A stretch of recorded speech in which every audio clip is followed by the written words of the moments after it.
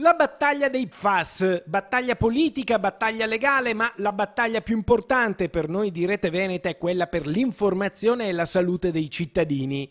L'ultimo capitolo è la denuncia depositata in procura da Greenpeace per calunnia e diffamazione nei confronti di tutti i membri della Giunta regionale del Veneto. Insomma, è guerra aperta. L'associazione ambientalista si è sentita particolarmente offesa dal fatto che le sia stata attribuita un'affermazione mai pronunciata, su cui la Giunta ha votato all'unanimità una delibera intitolata Iniziative in ordine alla pubblicazione di informazioni non corrette sui siti internet sulla vicenda PFAS. Greenpeace chiede quello che chiede il Movimento 5 Stelle ormai da anni, ovvero che venga immediatamente fatta la bonifica dell'area intorno alla Miteni e tutta l'area interessata dall'inquinamento da PFAS. Non c'è più un minuto da perdere. Non c'è più un minuto da perdere, anche perché sulla scorta delle indagini del nucleo operativo ecologico dei Carabinieri è sempre più chiaro che quella di cui parliamo è un'emergenza.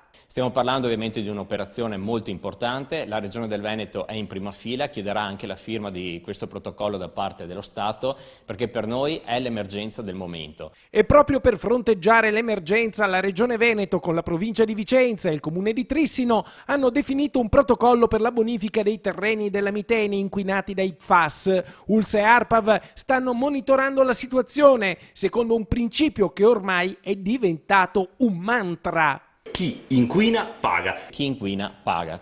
Su questo sono tutti d'accordo, ora bisogna passare dalle parole ai fatti. Bene, non c'è più un minuto da perdere, non ci sono più scuse, ora è il momento di agire, di fare quello che chiediamo da anni, andare a bloccare immediatamente questo e mettere in sicurezza tutti i veneti. Al governatore veneto Luca Zaia il Movimento 5 Stelle chiede di velocizzare le operazioni, ma non c'è bisogno di insistere, la Regione è d'accordo. Quello che a noi interessa è mettere in sicurezza quel sito e continuare a dare acqua sicura ai nostri cittadini.